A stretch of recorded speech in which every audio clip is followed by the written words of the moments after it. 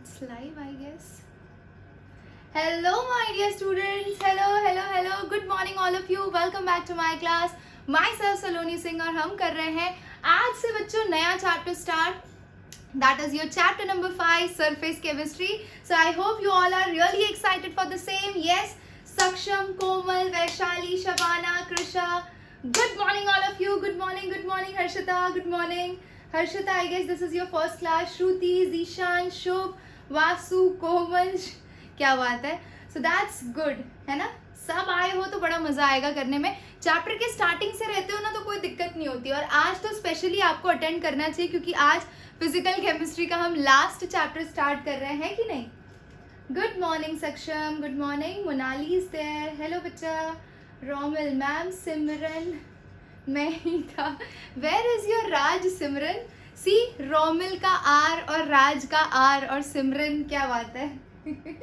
अनुज Yadav. Hello dear. Hello. Yash Jaiswal. Good afternoon. Prashant. अरे राधे राधे भैया. प्रशांत राधे राधे. तो चलिए आज का स्पेशल सेशन शुरू करते हैं. तो भाई सरफेस केमिस्ट्री में आपको पढ़ना क्या है. इसके लिए आपके साथ आपकी प्यारी सी टेक्स्ट बुक होनी चाहिए एनसीईआरटी. उससे ज़्यादा कुछ भी नहीं करना है. जो करना है हमें एनसीईआरटी में से ही करना है. मुझे कुछ अच्छा मन हुआ कि मैं कुछ ये चीज़ें for your knowledge, for the sake of knowledge मैं कुछ बताऊं तो वो आप नोट डाउन कर सकते हैं as an extra content. Otherwise आपको बोर्ड एग्जाम के लिए इस चैप्टर में से सिर्फ और सिर्फ एनसीईआरटी करना है. यस, चैप्टर 5 ओपन कर लो अपनी टेक्स्ट बुक में से, है ना. And we will start with here chapter number 5 surface chemistry. काफ़ी दिनों से मुझे इसके लिए कमेंट्स पे कमेंट्स सिर्फ एक जगह पे नहीं कई जगहों पे कि मैम सरफेस केमिस्ट्री करा दो. एक ये चैप्टर, एक पी ब्लॉक और एक कोऑर्डिनेशन कंपाउंड. सर खा गए बच्चे, है ना. Very good. चलिए तो स्टार्ट करते हैं. कोर्स 50% कम होगा. प्रशांत हमें पढ़ना तो सारी चीज़ें हैं पर जो चीज़ें एक्सक्लूडेड होंगी वो चीज़ें मैं आपको बता दूंगी कि भाई इसमें कैटलिस्ट वाला पार्ट एक्सक्लूडेड है तो वो आपको नहीं करना है. बट हम पढ़ेंगे सारी चीज़ें. समझ में आ रहा है. अच्छा मैम पहले इसकी आत्मा बता दो. इस चैप्टर की आत्मा पे ही तो आ रहे हैं. तो देखो सरफेस केमिस्ट्री क्या होता है बच्चा. तो भाई पहली बात सरफेस क्या होता है या इंटरफेस क्या होता है. मैं एक शॉर्ट में हल्का सा डिटेल दे देती हूँ आपको कि भाई इंटरफेस किसको बोलते हैं. तो मान लीजिए ये सब्सटेंस सॉलिड स्टेट में है और ये आपका गैशियस फेज है. तो ये पहला बल्क फेज हुआ और ये दूसरा बल्क फेज हुआ. इन दोनों फेजेस को जो बाउंड्री सेपरेट करती है उसे हम बोलते हैं इंटरफेस.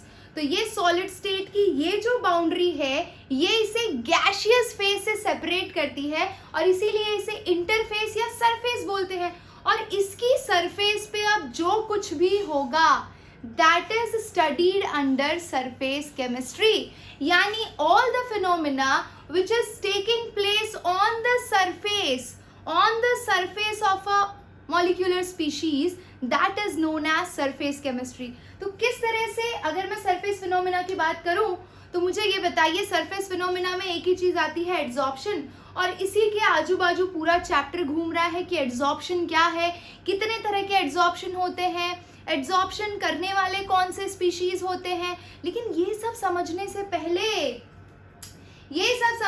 पहले लिट्टी चोखा, एकता कपूर एंड अंजलि राणा, ये सब समझने से पहले ज़रूरी है ये समझना कि भैया एड्जॉर्प्शन होता क्या है.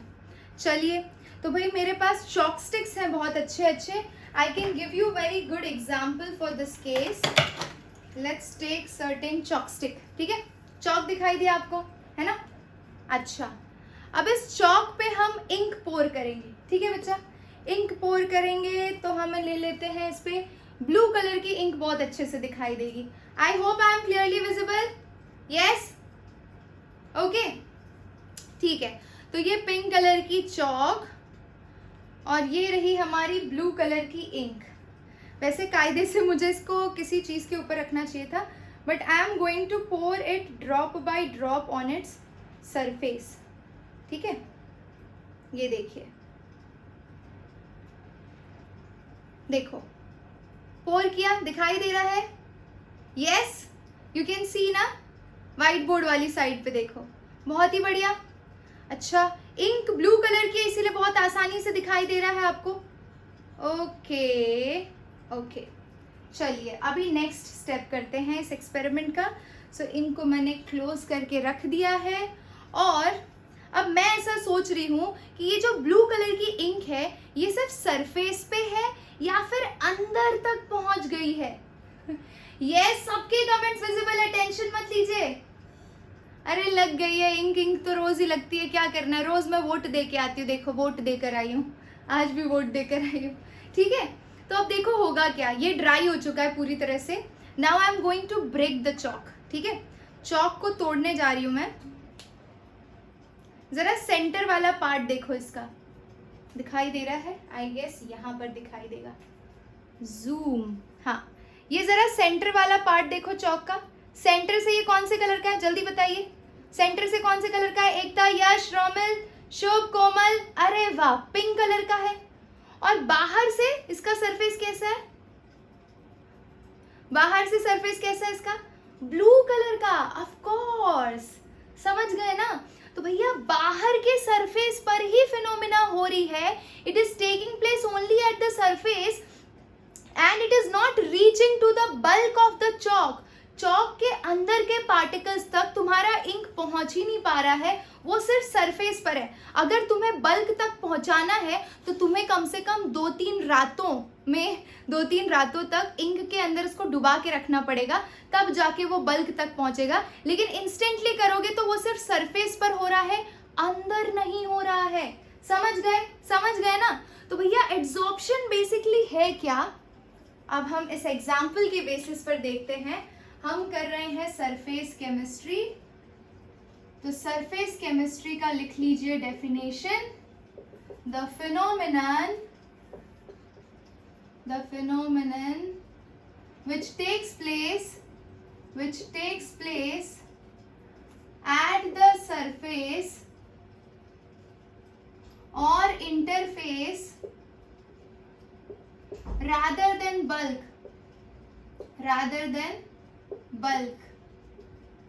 and the phenomenon which takes place at the surface rather than bulk are studied under surface chemistry, are studied under branch of chemistry जिसे बोलते हैं surface chemistry। Very good. अब इस सरफेस केमिस्ट्री में हमारा सबसे पहला पॉइंट आया, एड्सॉर्प्शन पढ़ रहे हैं हम, है ना, करेक्ट, एड्सॉर्प्शन पढ़ रहे हैं। मैम प्लेस, कौन सी प्लेस बच्चा? Komal, what are you asking? Komal, place छूट गया, कौन सा प्लेस छूट गया भैया? कोई नहीं, एड्सॉर्प्शन की डेफिनेशन देखिए। The accumulation of molecular species, the accumulation of molecular species, कौन से molecular species? It can be liquid, it can be gas, okay? The accumulation of molecular species at the surface of solid or liquid rather than its bulk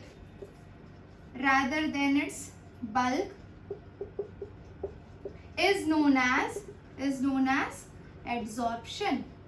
definition में किसी को कोई doubt? है बच्चा? Okay, देखिए ये आपका चॉकस्टिक था, ध्यान से देखिएगा, ठीक है। चॉकस्टिक आपका सरफेस है, तो ये सरफेस को आप बोलेंगे एडसॉर्बेंट, ठीक है। जिस सरफेस पे एड्सॉर्प्शन होने वाला है उसको बोला जाएगा एड्सॉर्बेंट, और इसके ऊपर जो मैंने इंक पोर की, जो इस पे एड्सॉर्ब हो रहा है, उसे बोला जाएगा adsorbate, correct.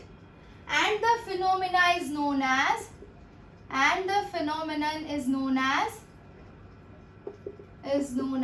adsorption। Any doubt? यहां तक तो एकदम सिंपल था, एकदम सिंपल। एड्सॉर्प्शन, बल्क क्या होता है मैम, देखिए ध्यान से बच्चा। बल्क यानी अंदर के एक एक पार्टिकल तक जब आपका एड्सॉर्बेट पहुंचता है। बल्क यानी रीचिंग टू, यानी आपका जो एड्सॉर्बेंट है और एड्सॉर्बेट है वो एकदम अंदर के लेवल तक पहुंच गया है। समझ रहे हो?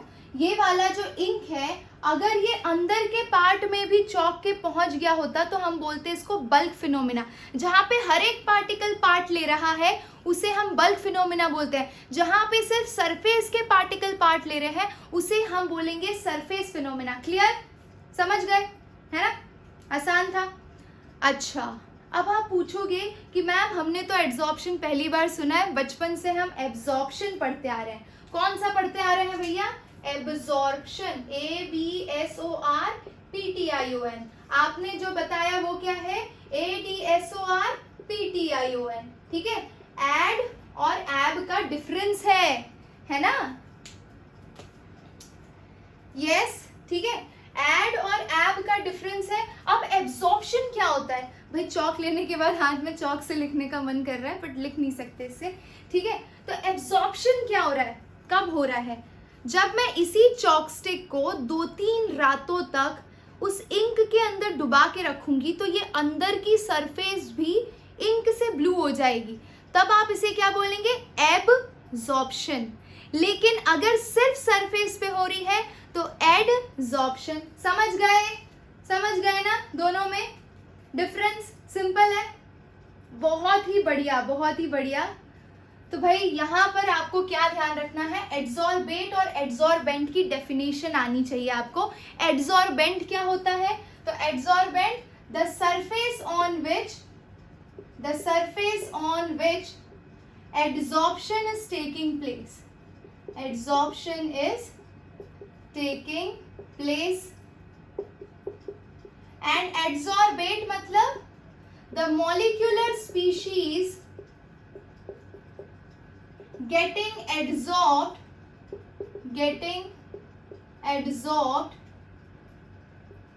on the adsorbent। ठीक है, ये इनकी डेफिनेशन हो गई।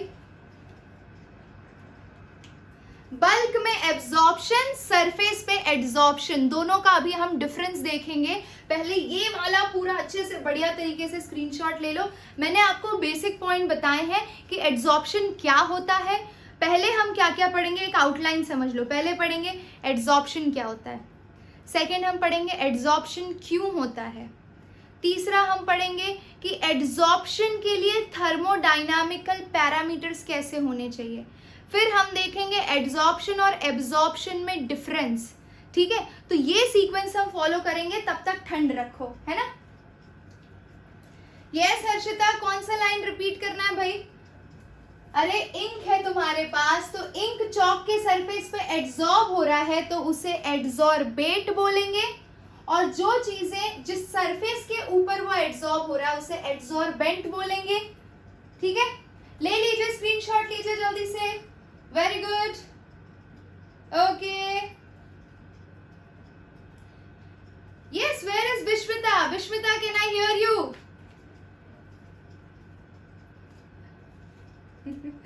अच्छा, मेरा मन कर रहा है कि मैं इंक को इस सरफेस से निकाल दूं, पॉसिबल है क्या? Can I remove the ink from the surface of chalk? तुम्हारे पास बहुत सारे तरीके होंगे, तुम बोलोगे हाँ मैम उसको ऐसे ऐसे ऐसे करके खुदर दो सारी उतर जाएगी, बट नॉर्मली पॉसिबल नहीं है। बट कई सारे एड्सॉर्प्शन प्रोसेस में ऐसा होता है कि जो सब्सटेंस एड्सॉर्ब हुआ है उसे आप वापस रिमूव कर सकते हैं। ठीक है, यस, केमिकल एड्सॉर्प्शन में ऐसा होता है। बहुत सारे एड्सॉर्प्शन प्रोसेस ऐसे हैं जहाँ पे जो सब्सटेंस एड्सॉर्ब हुआ है उसे आप रिमूव कर सकते हैं, और उस प्रोसेस को हम कहते हैं डीसॉर्प्शन। तो चलिए वो भी देख लेते हैं।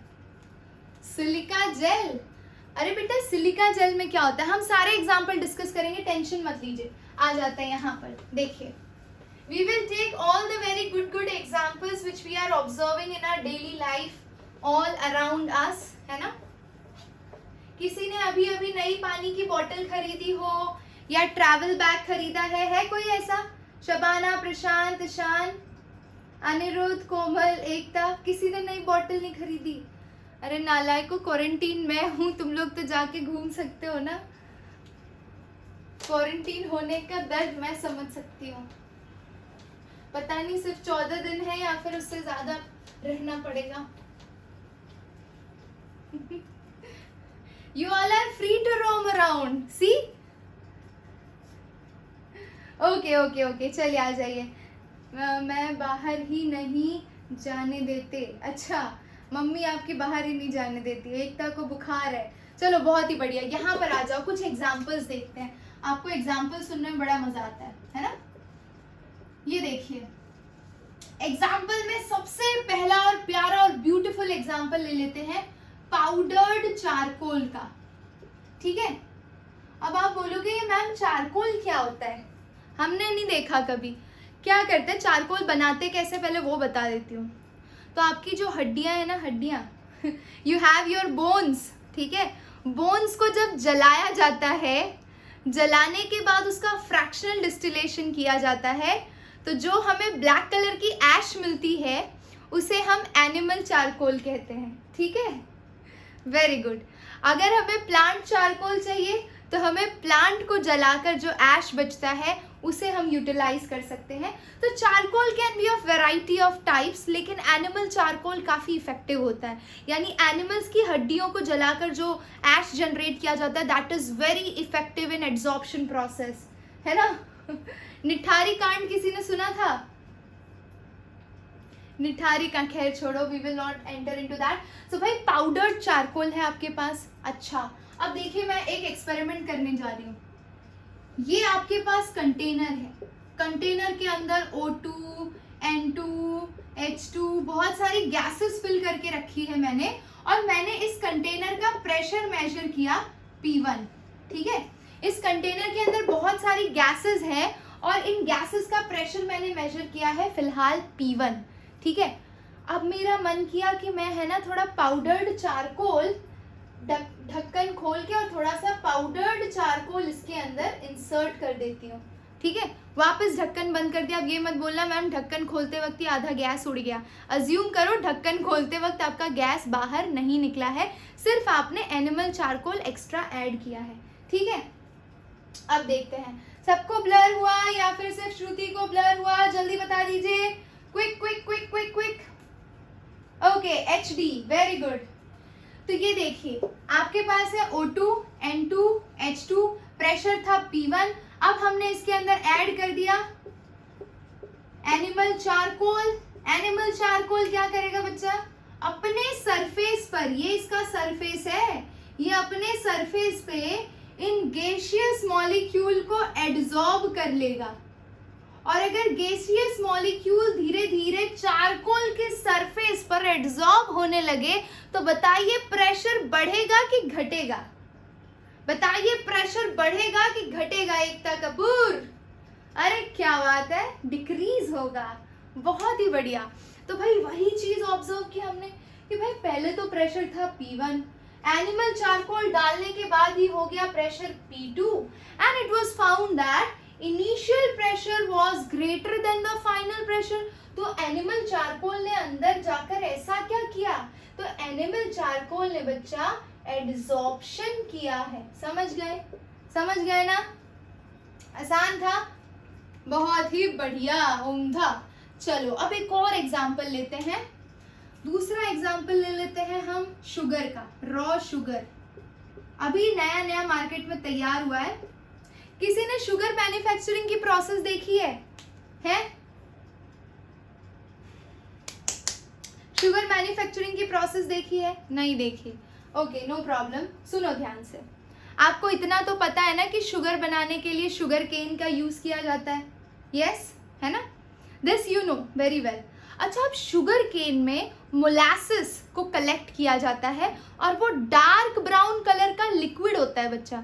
तो अगर डार्क ब्राउन कलर के लिक्विड से आप शुगर बना रहे हैं तो शुगर व्हाइट कैसे हो जाता है? डार्क ब्राउन कलर के लिक्विड से बनाते हो तो शुगर कैसे व्हाइट हो जाता है? Yes, Anurag, how are you? Welcome to our class. I hope you will enjoy this. Focus on the topic. बहुत इंटरेस्टिंग टॉपिक चल रहा है और आपके लिए एक प्यारा सा क्वेश्चन है। क्वेश्चन ये है कि अगर आपने शुगर केन के लिक्विड से यानी कि मोलासिस से, जो कि डार्क ब्राउन कलर का होता है, उससे अगर शुगर बनाया है तो शुगर कैसे सफेद हो जाता है? यस, एड्सॉर्प्शन होता है। Very good. तो भैया हम क्या करते हैं, जो रॉ शुगर तुरंत तैयार होता है ना फैक्ट्री में, एकदम ओरिजिनल वाला, वो बेसिकली ब्राउन कलर का होता है, ठीक है। अब उस ब्राउन कलर के शुगर को हमें सफेद करने के लिए उसको ब्लीच करना पड़ता है। ब्लीच करने वाला प्रोसेस बड़ा गंदा है, बहुत सारे शुगर ब्लीच करके आते हैं। ब्लीचिंग प्रोसेस में बहुत सारे केमिकल्स यूज होते हैं, तो वैसा वाला शुगर मत लिया करो जिसे ब्लीच करके रखा जाता है। हाँ, आप इस ब्राउन को व्हाइट बना सकते हो अगर आप इसको एनिमल चारकोल से पास कर दो। तो एनिमल चारकोल क्या करता है, इस ब्राउन कलर में जितना भी ब्राउन कंटेनिंग सब्सटेंस है जिसकी वजह से शुगर ब्राउन है, उस सब्सटेंस को पूरी तरह से अपने सरफेस पे एब्जॉर्ब कर लेता है। यानी शुगर का जो कलरिंग एजेंट है जो उसे ब्राउन कर रहा है, उसे चारकोल अपनी सरफेस पर खींच लेता है। समझ रहे हो? सक्षम, okay, I will definitely talk, don't worry, ठीक है। अच्छा, कुछ नहीं तो एक और एग्जांपल देती हूँ। तो पॉन्ड्स का किसी ने ऐड देखा था चारकोल का? चारकोल पॉन्ड्स ब्यूटी आता था, उसके अंदर देखा होगा चारकोल आपकी त्वचा को, नहीं, इसके अंदर है एनिमल चारकोल जो पल्यूटेंट्स को अपनी सरफेस पे एब्जॉर्ब कर लेता है और देता है गोरी निखरी हुई त्वचा। याद करो। हाँ, कोलगेट के अंदर भी चारकोल यूज करते हैं, तो वो क्या बोलते हैं कि जितना भी प्लैग और कलरिंग एजेंट होता है उसे पूरी तरह से एब्जॉर्ब कर लेता है चारकोल और फिर देता है चमचमाते दांत, एकदम खास। देखो, see, so that's how the things work. Charcoal का ये काम है, एब्जॉर्प्शन करता है, कहीं से भी कलरिंग सब्सटेंस को अपनी सरफेस पे एब्जॉर्ब कर लेता है। एंड वही चीज वो ये रॉ शुगर के साथ भी कर रहा है। तो सिंपल था। देखो शबाना के भी दांत देखो, she is showing you her teeth in the comment section. आपके कोलगेट में नमक है? नहीं नहीं, नमक नहीं, अब चारकोल ढूंढोगे, है ना। और ये इफेक्टिव मेथड है। अगर आपको अपना टूथ वाइट करना है ना, अगर थोड़ी येलोनेस है या फिर ऐसा कुछ है, तो आप एनिमल चारकोल को ब्रश पे यूज करके यू कैन डू ब्रशिंग। 2-3 दिन के अंदर रिजल्ट नहीं आए तो मेरा नाम बदल देना, है ना। पर उसके ऊपर तो वेज लिखा होता है रिया। तो 2 तरह के चारकोल भी होते हैं ना बच्चा, एक प्लांट से जनरेटेड चारकोल भी होता है, एनिमल से जनरेटेड चारकोल भी होता है। वो तो मैं ये कह रही हूँ कि एनिमल से जनरेटेड चारकोल काफी ज्यादा इफेक्टिव होता है, समझ रहे हो।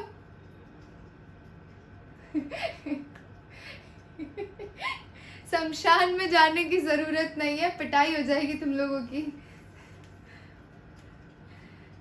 मैम, जिसके ज्यादा वाइट टूथ होते हैं उसमें कैल्शियम की कमी होती है। अरे भाई, मैं नॉर्मल कंडीशन की बात कर रही हूँ। अब ये भी नहीं कि उजाला नील वाली सफेदी वाला दांत नहीं चाहिए हमें, ठीक है। चलिए आ जाइए। क्या रखे नया मैम? नॉन वेज हो गया ये तो। हाँ, only charcoal does it. Okay, नहीं, there are so many other chemical substance but charcoal is readily available और बहुत इफेक्टिव है। और भी केमिकल प्रोडक्ट्स होते हैं बट उनके साइड इफेक्ट्स भी होते हैं साथ में, इस वजह से हम उनको इतना प्रेफर नहीं करते। तीसरा एग्जाम्पल लेते हैं। तीसरा एग्जाम्पल हर किसी ने ऑब्जर्व किया है, मतलब इससे पहले वाले एग्जाम्पल में तो किसी को वेज नॉन वेज लग रहा है, लेकिन अभी थर्ड वाला एग्जाम्पल जो दूंगी वो हर किसी के घर में हुआ है। चलिए देखते हैं तीसरा एग्जाम्पल कौन सा बच्चा। तो तीसरा एग्जाम्पल है हमारा सिलिका जेल। सिलिका जेल या फिर एल्यूमिना जेल कहा जाता है उसे, है ना। ये देखो, ऐसी छोटी छोटी पुड़िया आती है वाइट कलर की और इस पे लिखा रहता है do not swallow, do not swallow. और ये कहाँ मिलता है? तो ये देखो, नई नई बॉटल खरीदी थी मैंने, I will show you. So in this new bottle, मेरी नई बॉटल में पहले एक सफ़ेद कलर की पुड़िया आई थी, उसके अंदर छोटे छोटे बीड्स थे। तो मैं तो क्यूरियस इंसान, मैंने तो फाड़ दिया था देखने के लिए अंदर ऐसा तो क्या होता है कि वी कांट स्वेलो। हर जगह होता है, जहाँ पे भी आपको किसी सब्सटेंस को मॉइस्चर के इफेक्ट से प्रोटेक्ट करना है वहाँ पे वो सिलिका जेल प्रेजेंट होता है। हाँ हाँ, क्यों? क्योंकि वो पूरी तरह से मॉइस्चर को अपनी सरफेस पर एब्जॉर्ब कर लेता है। और मॉइस्चर फ्री सराउंडिंग हमें क्यों चाहिए बच्चा? मॉइस्चर फ्री सराउंडिंग में कीड़ों का ग्रोथ, बैक्टीरियल ग्रोथ कम होता है, माइक्रो ऑर्गेनिज्म ग्रोथ कम होता है और वो एंटी बैक्टीरियल रहते हैं। तो दैट इज यस, परफेक्ट सक्षम, वेरी गुड, है ना मैम? पर्पल कलर के भी होते हैं सिलिका जेल, पर्पल भी कलर के आते हैं, वाइट कलर के भी आते हैं, और सिलिका जेल भी होता है, एल्यूमिना जेल भी होता है, कुछ जगह पे सिलिका जेल, कुछ जगह पे एल्यूमिना जेल यूज होता है, ठीक है। Nikhil, what are you asking बच्चा? हर चीज में ऑलमोस्ट होता ही है। मैंने 2 जगह ऑब्जर्व किया, ट्रेवल बैग में और नए वाटर बॉटल्स में, ठीक है। एसएस निकल आ ही स्टार्ट हुआ है, ग्रीन टी जैसा होता है, ओ देखो ग्रीन टी का पैकेट, हाँ वो भी वैसा ही होता है, लेकिन ये थोड़ा साइज में छोटा होता है। चलिए आ जाइए नेक्स्ट। जिसने अब तक नहीं देखा वो सोच लो अभी बचपन से लेकर अब तक सो रहा था, लाइफ में कुछ ऑब्जर्व नहीं किया, सिर्फ किताबों में रट्टाफिकेशन कर रहे थे, दैट इज रॉन्ग, है ना। चलिए ओके, तो भाई अब आ जाते हैं एड्सॉर्प्शन और एब्जॉर्प्शन में डिफरेंस लिख लेते हैं। पहले एब लिखूं, एब लिखती हूँ और यहाँ पे एड लिखती हूँ, ठीक है। आ जाइए। मैंने तो देखा है ma'am, I am new in this class, please tell me, this is my first lecture of surface chemistry. Nikhil ji आप बिल्कुल भी टेंशन मत लीजिए, सरफेस केमिस्ट्री का ये पहला ही लेक्चर है, आपके लिए भी पहला होगा। इससे पहले 4 केमिस्ट्री के चैप्टर्स कंप्लीट हो गए हैं, फिजिकल के 1 2 3 4, ऑर्गेनिक कंप्लीट हो चुका है, सबके रिकॉर्डेड वीडियो लेक्चर्स आपको मिल जाएंगे, लाइव सेशन के रिकॉर्डेड वीडियो लेक्चर्स मिल जाएंगे, आप खोलिए, एंजॉय करिए। और रही बात नोट्स की और पीडीएफ्स की, तो वो मैंने बच्चों से शेयर किया है। हर रिकॉर्डेड वीडियो लेक्चर्स के नीचे ऐसे डाउनलोड पीडीएफ का ऑप्शन आता है, वहां से आप डाउनलोड कर सकते हैं। एंड वन मोर थिंग, आपको ग्रुप में ऐड होना है तो भाई व्हाट्सएप पे एक बार हाय लिख दीजिएगा, I will add you in the group, that's all. Okay Nikhil, Aniruddh, जो भी बच्चे नए हैं, यस ऑर्गेनिक पूरी हो गई और बहुत मजे से पूरी की है हमने।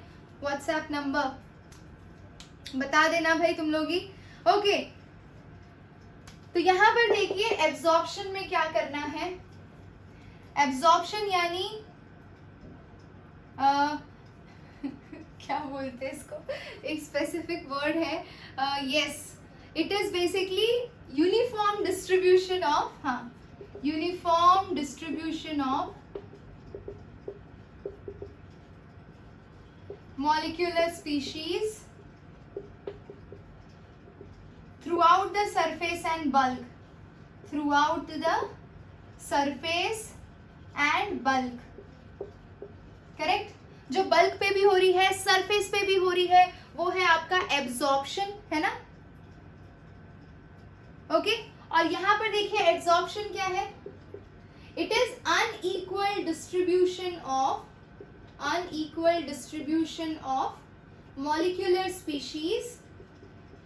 molecular species on the surface rather than at the bulk, ठीक है। दूसरा पॉइंट लिख सकते हैं आप, this is your surface phenomena, this is your bulk phenomena and this is your surface phenomena. Adsorption initially fast होता है, initially fast, later on slows down और ये takes place at uniform rate,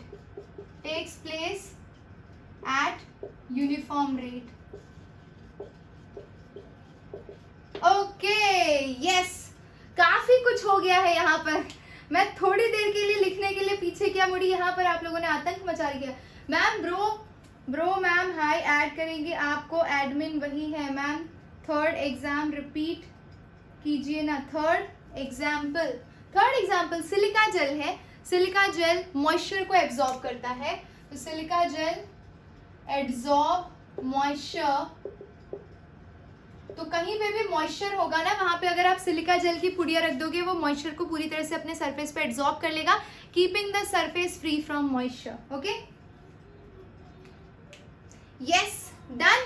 adsorption adsorption दोनों का difference clear है, एक surface पे होता है एक बल्ब पे होता है। एड्सॉर्प्शन सरफेस फिनोमिना है, सरफेस पे एड्सॉर्प्शन इनिशियली फटाफट होता है, बाद में उसका रेट स्लो डाउन हो जाता है, लेकिन एब्जॉर्प्शन इनिशियली और बाद में दोनों सेम रेट पे होता है। ठीक है, स्क्रीनशॉट ले लीजिए, जल्दी करिए, take your screenshot. Ma'am adsorption का थर्ड पॉइंट रिपीट करिए। बच्चा इनिशियली एड्सॉर्प्शन फास्ट होता है, जैसे ही मैंने इंक डाली थी ना चौक पे वो फटाफट एड्सॉर्ब हुई थी, लेकिन अगर मैं कंटिन्यूसली इंक पोर करती रहूंगी फॉर लॉन्गर ड्यूरेशन, मान लीजिए 15 मिनट तक पोर करती रही, तो इनिशियली एड्सॉर्प्शन फास्ट होगा, लेटर ऑन एड्सॉर्प्शन का रेट स्लो हो जाएगा, सरफेस पे उसका एड्सॉर्प्शन धीरे धीरे होगा। ठीक है, अरे ले लो भाई, कौन मना कर रहा है, लो जल्दी से लो स्क्रीनशॉट। वेरी गुड, डन डना डन हो गया। चलिए आ जाते हैं, मैं इसको करने जा रही हूँ रब, एंड हम करेंगे। देखो मैं एक बात बताऊं, ये जो व्हाइट बोर्ड है ना, इस पे जब मैं मार्कर से लिखती हूँ ना, तो मार्कर के पार्टिकल्स भी इसकी सरफेस पे एड्सॉर्ब हो जाते हैं, और ये जो स्पॉन्ज है, स्पॉन्ज देखिए, स्पॉन्ज के इस वाले सरफेस को देखिए, ये पूरी तरह से येलो है, लेकिन ये सरफेस देखिए और ये सरफेस देखिए, ये किसका एग्जाम्पल है बताइए, किसका एग्जाम्पल है ये? एड्सॉर्प्शन का बच्चों। वेरी गुड वेरी गुड, सीधा साधा दिख रहा है यार, अंदर तक पहुंचा ही नहीं है। वेरी गुड, चलिए आ जाइए, ज़ूप, फटाफट फटाफट फटाफट। एक्चुअली चैप्टर काफी इंटरेस्टिंग है प्रैक्टिकल पॉइंट ऑफ व्यू से, बट एग्जाम में इसका वेटेज चिंदू सा है, मतलब 4-5 मार्क इस बार तो एक्सटेंड होगा, होपफुली 4 to 5 मार्क्स। ठीक है, आ जाओ। सिंपल लैंग्वेज में कवर करना। सक्षम, तुम्हें मेरी लैंग्वेज डिफिकल्ट लगी है कभी? कभी मैंने ऐसे उर्दू फारसी लैंग्वेज में पढ़ाया है? हाँ नहीं तो बताओ। यस, एक और टर्म लिख लो, डीसॉर्प्शन। एक तो डीसॉर्प्शन हो जाएगा और एक सॉर्प्शन। ये दोनों टर्म्स का मतलब क्या है? तो भैया डीसॉर्प्शन यानी जो सब्सटेंस एड्सॉर्ब हुआ है उसी को रिमूव करना, that is desorption. Removal of adsorbed substance from the surface of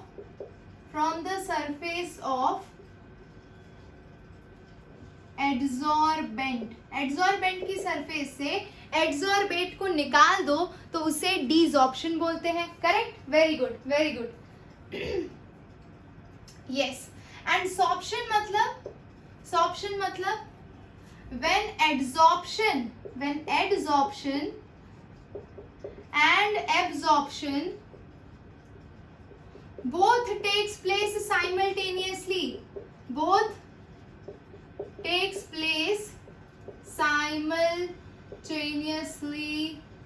यानी दोनों साथ में हो रहे हैं। इसका कौन सा एग्जाम्पल होगा? अरे ये चॉपस्टिक वाला एग्जाम्पल बेस्ट है। इसमें इनिशियली एड्सॉर्प्शन हो रहा है, बट अगर ज्यादा देर तक रखोगे तो एब्जॉर्प्शन भी होने लगेगा। तो जब दोनों प्रोसेस साथ में हो रही हो तो हम उसे बोलेंगे सॉर्प्शन। समझ गए? यस, तो काफी फास्ट कंज्यूम हो रहा है। हर किसी का डेटा इतना फास्ट कंज्यूम हो रहा है क्या?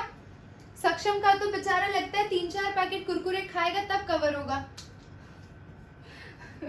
अब देखिए कि जो एड्सॉर्प्शन होता है बच्चा, इट कैन बी पॉजिटिव और इट कैन बी नेगेटिव, है ना? पॉजिटिव कब होता है और नेगेटिव कब होता है? 270 kbps। कुछ प्रॉब्लम है डियर सक्षम, आपको कुछ सेटिंग करनी पड़ेगी क्योंकि हर किसी का इतना कंज्यूम नहीं हो रहा है ना? हर किसी का अलग अलग हो रहा है। ओके, पॉजिटिव कब बोलेंगे? ये आपका एड्सॉर्बेंट है, समझिए, ठीक है? एड्सॉर्बेंट के सरफेस पे अगर पार्टिकल्स ज्यादा हैं तो इसे आप पॉजिटिव एड्सॉर्प्शन बोलेंगे। एड्सॉर्प्शन में अगर सरफेस पे पार्टिकल ज्यादा है तो इसे पॉजिटिव एड्सॉर्प्शन बोलेंगे।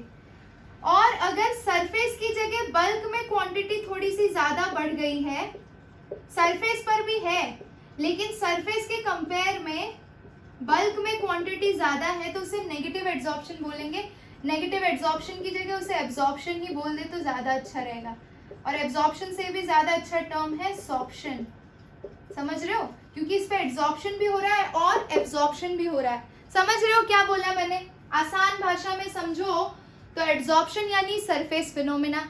जब सरफेस पे पार्टिकल ज्यादा होंगे, सरफेस पे पार्टिकल ज्यादा होंगे तो सच में एड्सॉर्प्शन हो रहा है, तो उसे पॉजिटिव एड्सॉर्प्शन बोल दिया। अगर सरफेस पे पार्टिकल एड्सॉर्ब ना होके ज्यादा बल्क में जा रहे हैं तो वो नेगेटिव एड्सॉर्प्शन हो गया। जब चीजें बल्क में ज्यादा जा रही हैं तो उसे नेगेटिव एड्सॉर्प्शन की जगह एब्जॉर्प्शन भी तो कहा जा सकता है कि नहीं? Yes Nikhil, absolutely correct. जो समझा है आपने एकदम सही समझा है। चलिए अब आगे आ जाते हैं। Let's move to the next section. We want to discuss mechanism of adsorption. Mechanism of adsorption. सबसे पहला क्वेश्चन आपके दिमाग में होता है why adsorption takes place. Correct ma'am, ये सब होता ही क्यों है? नहीं होता तो हमें पढ़ना ही नहीं पड़ता। समझ रहे हो? इसका भी मैकेनिज्म, हाँ शुभ मौर्य, एकदम सिंपल मैकेनिज्म है, वैसा नहीं जैसा ऑर्गेनिक में होता है, तो टेंशन मत लीजिए। ठीक है, देखिए ध्यान से, व्हाई एड्सॉर्प्शन टेक्स प्लेस। यार क्या दिक्कत है इसको? ये देखिए, ये रहा मेरा कंटेनर, ध्यान से देखिएगा। कंटेनर के अंदर एक पार्टिकल अगर लिक्विड के अंदर पूरी तरह से डूबा हुआ है और दूसरा पार्टिकल सरफेस पर है, जो सरफेस पर है वो एड्सॉर्प्शन कर रहा है, जो पूरी तरह से अंदर है बल्क में है वो एब्जॉर्प्शन कर रहा है। इतना तो हमें पता है।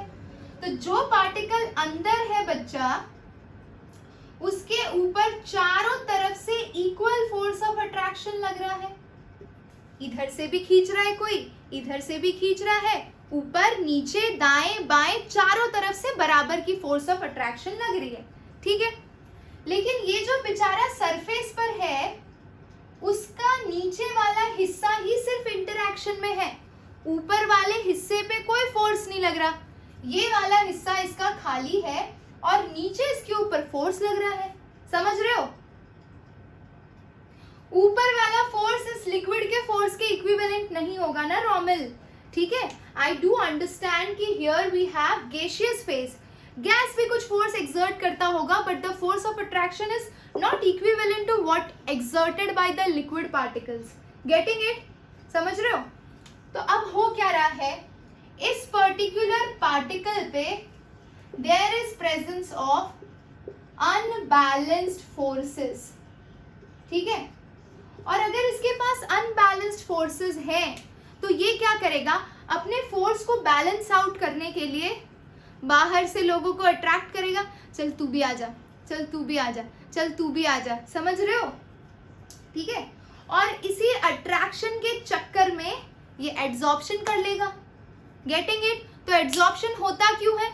Due to the presence of unbalanced forces on the surface of any molecular species, it tends to attract the particles so that its forces gets balanced. Correct?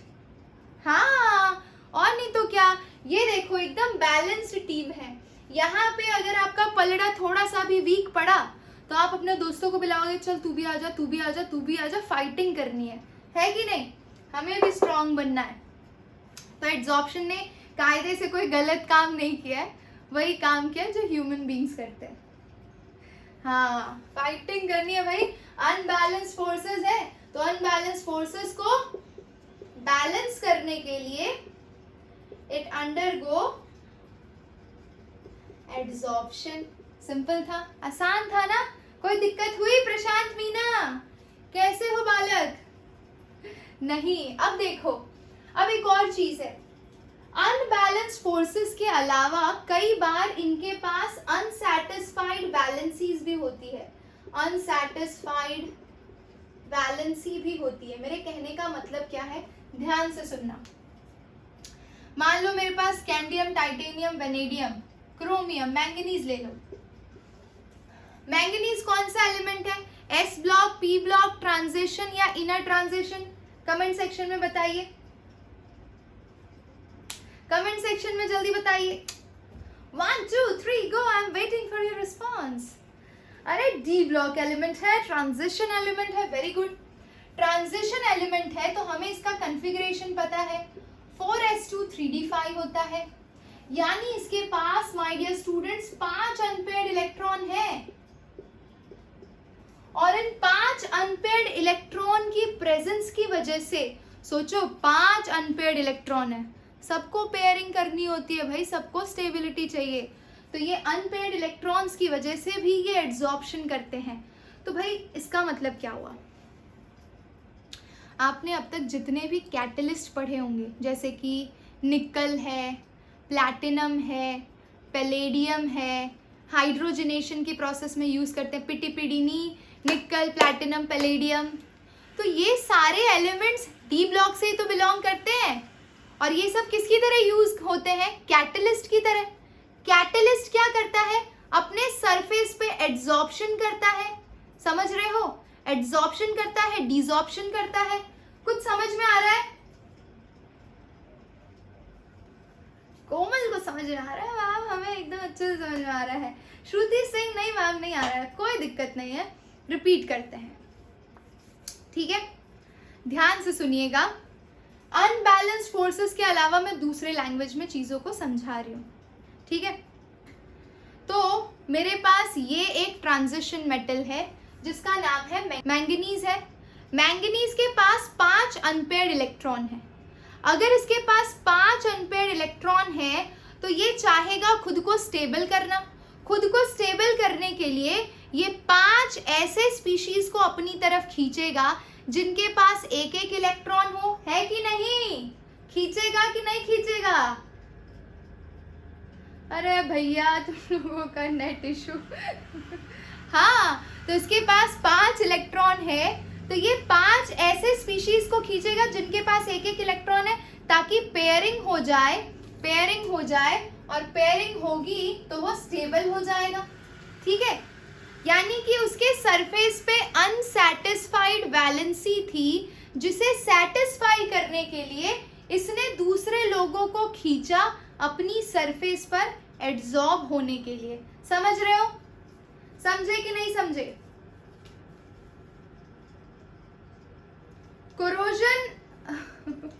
corrosion is a surface phenomena and that too it is undergoing a खतरनाक वाला chemical change, chemical process। Surface phenomena ही होता है initially, वो कैमिजॉर्प्शन initially start होता है। अंदर वाले तो मजे कर रहे हैं ना, वो तो मस्त स्टेबल है।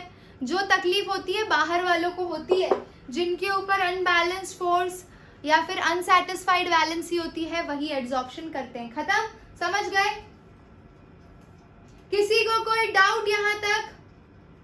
अनसैटिस्फाइड वैलेंसी को सेटिस्फाई करने के लिए या फिर अनबैलेंस्ड फोर्सेस को बैलेंस करने के लिए कोई भी स्पीशीज एड्सॉर्प्शन करता है। खास करके डी ब्लॉक एलिमेंट यानी कि ट्रांजिशन एलिमेंट एड्सॉर्प्शन करते हैं, क्योंकि उनके पास डी ऑर्बिटल में पार्शियली फिल्ड ऑर्बिटल्स होते हैं और उनकी पेयरिंग करने के लिए ये लोग इधर उधर से एड्सॉर्प्शन करते हैं। समझ गए ना? चलो आ जाओ, स्क्रीनशॉट ले लो फटाफट। इस मैकेनिज्म को हमें कंटिन्यू करना है। अब हम थोड़ा थर्मोडायनेमिक्स की लैंग्वेज में घुसेंगे, जल्दी करो। थर्मोडायनेमिक्स वाला पार्ट बड़ा मजेदार है, मुझे बड़ा मजा आता है समझाने में। 10 मिनट में एकदम तुम लोग प्रो बन जाओगे। आ जाओ, वेरी गुड। ये देखिए, सीखे हम इसके से। मैम मैंने तो पढ़ा नहीं है थर्मोडायनेमिक्स, कोई बात नहीं सक्षम, यहाँ ध्यान दीजिए। बच्चा देखो, जब भी सरफेस पे कोई एड्सॉर्प्शन हो रहा है मतलब एक नया केमिकल बॉन्ड फॉर्मेशन हो रहा है, या फिर एक तरह से बोल सकते हैं कि बॉन्ड फॉर्म हो रहा है, ठीक है। कोई भी नया मॉलिक्यूल अगर इसके सरफेस पे आके एब्जॉर्ब हो रहा है तो एक तरह से एक बॉन्ड फॉर्मेशन ही है ना, भले वो बॉन्ड वीक हो या स्ट्रॉन्ग हो, वो पॉइंट ऑफ कंसर्न नहीं है, ठीक है। अच्छा, अब देखो, जब भी नया बॉन्ड फॉर्म होता है, न्यू बॉन्ड फॉर्मेशन के टाइम पे एनर्जी रिलीज होती है, एनर्जी रिलीज होती है। अगर एनर्जी रिलीज होगी तो एंथैल्पी की वैल्यू क्या हो जाएगी, नेगेटिव। प्रोसेस क्या हो जाएगा, एक्सोथर्मिक। इतना पता है कि नहीं पता है, बताइए। नया बॉन्ड बनता है तो एनर्जी रिलीज होती है, और एनर्जी रिलीज होने का मतलब रिएक्शन आपकी एक्सोथर्मिक है, ठीक है। रिएक्शन रोमिल, और किसको रिपीट करना है, जल्दी बोलिए।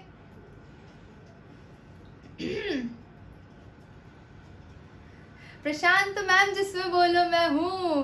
He is the most unbalanced species, he always need adsorption. यहाँ से मिला तो यहाँ से एड्सॉर्ब किया, यहाँ से मिला तो यहाँ से एड्सॉर्ब किया। मजे है बेटा, मजे है। चलिए आ जाइए, ओके, नो प्रॉब्लम। चलिए, ये मेरा स्पॉन्ज था, ठीक है। इस पे इंक के पार्टिकल के एड्सॉर्ब होने का क्या मतलब है कि इंक का पार्टिकल इसके फोर्स ऑफ अट्रैक्शन में आया, एक तरह से कोई बॉन्ड फॉर्मेशन हो रहा है दोनों के बीच में, तभी तो दोनों एक दूसरे की सरफेस पे चिपक रहे हैं। तो ये जो केमिकल बॉन्ड, कभी भी कोई नया बॉन्ड फॉर्म होता है बच्चा, तो एनर्जी रिलीज ही होती है, समझ रहे हो। Whenever new bond forms, energy is released, और अगर बॉन्ड ब्रेक करते हो तो एनर्जी रिक्वायर्ड होती है। ये चीज आपको पता होनी चाहिए केमिस्ट्री में कि नया बॉन्ड बनाने के लिए एनर्जी रिलीज करनी पड़ती है, और बॉन्ड को तोड़ने के लिए एनर्जी की जरूरत होती है, ठीक है। ये जहां अच्छे से लिखना चाहते हो लिख लो, करेक्ट। तो क्योंकि यहाँ पे नया बॉन्ड स्टैब्लिश हो रहा है एडसॉर्बेंट और एडसॉर्बेट के बीच में, तो वी कैन से कि process is exothermic and enthalpy of adsorption is negative. अब आप पूछेंगे मैम ये एंथैल्पी क्या है या चेंज इन एंथैल्पी क्या है। When 1 mole of, listen carefully, शांति से सुनना, बिल्कुल भी डिफिकल्ट नहीं है। When 1 mole of adsorbate is getting adsorbed on the adsorbent, यानी कि ये आपका एड्सॉर्बेंट सरफेस है, सक्षम नया बॉन्ड फॉर्म होता है तो एनर्जी रिलीज होती है। ये केमिस्ट्री का रूल है, कभी भी आपको बॉन्ड तोड़ना हो तो एनर्जी देनी पड़ती है, और बॉन्ड जोड़ना हो तो एनर्जी रिलीज होती है, ठीक है। चलिए, तो मैं कहाँ थी, यस ये आपका सरफेस है, ठीक है। इस सरफेस पर जैसे ही इंक एड्सॉर्ब होगा, तो ink is your adsorbate, it is getting adsorbed on the adsorbent. दोनों के इंटरैक्शन की वजह से एनर्जी रिलीज होगी, जितनी एनर्जी रिलीज होगी उसे बोलेंगे एंथैल्पी ऑफ एड्सॉर्प्शन। वो एंथैल्पी ऑफ एड्सॉर्प्शन आपकी नेगेटिव आएगी। यहां तक बात समझ में आई? ईशान, रोमिल, श्रुति, कोमल, प्रशांत, जल्दी बताइए। Very good, very good, okay okay. अच्छा, अब इसके बाद एक और टर्म है एंट्रोपी, समझ लीजिएगा ध्यान से। एंट्रोपी यानी डेल्टा एस होता है। It measures the degree of randomness, it measures the degree of randomness, ठीक है। अब मुझे बताइए, सॉलिड, लिक्विड और गैस में से किसके पार्टिकल्स रैंडमली मूव करते हैं? सॉलिड, लिक्विड और गैस में से किसके पार्टिकल रैंडमली मूव करते हैं? गैस के। क्या बात है, वेरी गुड। तो अगर गैस के पार्टिकल्स रैंडमली मूव करते हैं तो उसका एंट्रोपी हाई होगा। जैसे ही आप लिक्विड पे आते हैं तो पार्टिकल का मूवमेंट थोड़ा रेस्ट्रिक्ट हो जाता है, तो उसका एंट्रोपी भी कम हो जाता है। जैसे ही हम सॉलिड पे आते हैं तो पार्टिकल्स का मूवमेंट बिल्कुल रेस्ट्रिक्ट हो जाता है और उसका एंट्रोपी सबसे कम होता है। यानी कि आप ये कह सकते हैं कि जैसे पार्टिकल पास आते जा रहे हैं, जैसे उनका रैंडमनेस कम होता जा रहा है, एंट्रोपी उनकी कम होती जा रही है। जरा सोचिए, रिसेस का टाइम, तो रिसेस के टाइम पे बच्चों की एंट्रोपी हाई होती है या लो होती है? रिसेस के टाइम पे बच्चों की एंट्रोपी हाई होती है या लो होती है? हाई होती है। बहुत ही बढ़िया, वेरी गुड, ये सारी चीजें तो पता ही होगी। अच्छा, जैसे ही टीचर क्लास में एंटर होती है तब एंट्रोपी बढ़ती है या घटती है? टीचर के आते ही एंट्रोपी बढ़ती है, लो हो गई ना, डिग्री ऑफ रैंडमनेस कम हो गया, समझ गए? तो बस यही हो रहा है यहाँ पर भी। ये पार्टिकल्स रैंडमली हवा में कहीं मूव कर रहे थे, जैसे ही एड्सॉर्बेंट के कांटेक्ट में आए ये अट्रैक्ट होने लगे। तो मुझे ये बताइए कि इसका रैंडमनेस बढ़ा या घटा? इसका रैंडमनेस बढ़ा या घटा बच्चा, जल्दी बताइए। एड्सॉर्प्शन में डिग्री ऑफ रैंडमनेस बढ़ा, अरे वाह क्या बात है, अरे इम्प्रेस कर दिया तुम लोगों ने, आज तो घट गया ना, तो एंट्रोपी घट गई, यहाँ पे डिग्री ऑफ रैंडमनेस घट गया। तो हम बोल सकते हैं कि एड्सॉर्प्शन की प्रोसेस में डेल्टा एस आपका नेगेटिव होता है। अच्छा, अब जिसने पढ़ा है क्या, थर्मोडायनेमिक्स, उसको ये रिलेशन पता होगा, delta G is equals to delta H minus T delta S. पढ़ा है ना, वेरी गुड वेरी गुड। तो बच्चा किसी भी प्रोसेस को अगर स्पॉन्टेनियस रखना है, प्रोसेस अगर स्पॉन्टेनियस चाहते हो, यानी खुद ब खुद इंस्टेंटली हो, बिना किसी एक्सटर्नल प्रेशर के या अप्लाइड फोर्स के, तो डेल्टा जी की वैल्यू नेगेटिव आनी चाहिए। अगर डेल्टा जी की वैल्यू नेगेटिव नहीं आती है तो वो प्रोसेस नहीं हो सकती। डेल्टा जी की वैल्यू अगर नेगेटिव आएगी तभी वो रिएक्शन पॉसिबल है, तभी वो प्रोसेस पॉसिबल है। समझ गए? Spontaneous reaction, yes, okay. तो हमें तीन चीजें समझ में आई। एड्सॉर्प्शन के लिए एंथैल्पी ऑफ एड्सॉर्प्शन नेगेटिव होता है, एंट्रोपी भी नेगेटिव होता है और डेल्टा जी भी नेगेटिव होता है। तो अगर मैं ये सारी वैल्यूज को इसमें प्लेस कर दूं, ध्यान से देखिएगा, देखिए ध्यान से, delta G is equals to delta H minus T delta S है। डेल्टा एस आपका नेगेटिव है, अगर मैं इसे टी से मल्टीप्लाई करूंगी तो वैल्यू कैसी आएगी? नेगेटिव को नेगेटिव से मल्टीप्लाई करोगे तो वैल्यू क्या आएगी? Positive, very good. तो ये वैल्यू तो आपकी पॉजिटिव आ जाएगी। यहाँ पे डेल्टा एच आपका नेगेटिव है, आपको क्या चाहिए? डेल्टा जी भी नेगेटिव चाहिए।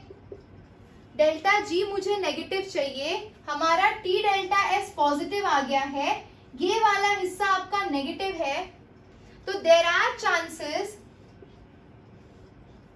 ये वाला हिस्सा आपका delta H should be highly negative to get negative value of delta जी।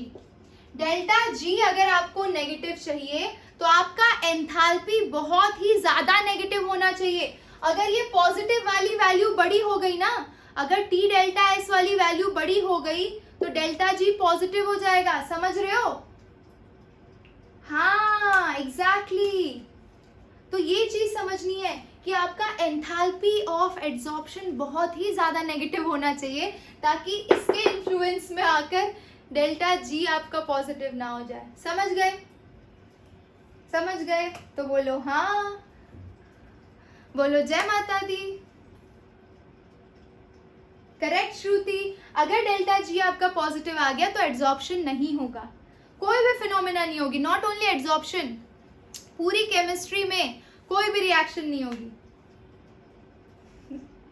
चलो, एक बोलते जय माता दी, एक बोलते जय श्री राम, बहुत ही बढ़िया। निखिल मैम नॉन स्पॉन्टेनियस हो जाए तो नो रिएक्शन, करेक्ट, क्योंकि हमें उसमें एक्सटर्नल फोर्सेस अप्लाई करने पड़ेंगे। ग्रेट, चलिए, तो आई होप यू अंडरस्टूड, मजा आया होगा आपको आज के सेशन में। हम इसको यहीं पे वाइंड अप करेंगे। नेक्स्ट क्लास में हम देखेंगे types of adsorption, chemisorption, then physisorption, all those things we will see. इसका ले लीजिए स्क्रीनशॉट, घर पे एक बार वापस रिवाइज कर लीजिए, और जितने भी बच्चे हैं यहाँ पर एक दूसरे से नंबर एक्सचेंज कर लीजिए, फिर ग्रुप में ऐड कर लेंगे आपको, कोई दिक्कत नहीं है, ठीक है। इफ यू, क्या हो गया मोनाली, बता दो मैम प्लीज, क्या बताना है। हाँ, negative value of entropy shows particle attract हो रहे हैं, करेक्ट, जितना अट्रैक्ट होंगे उतना डेल्टा एस आपका नेगेटिव होगा, ठीक है। रोमिल जिस तरह से तुम लोग समझ रहे हो तो टाइम लग जाएगा, बाकी ये चैप्टर बड़े स्पीड में कंप्लीट किया जा सकता है। चलिए बाय बाय, टेक केयर। एक एक बार थोड़ा एनसीईआरटी से रीड करके आओ तो तुम कनेक्ट कर पाओगे मैम क्या बोल रही है, ठीक है। चलिए bye bye, see you, take care.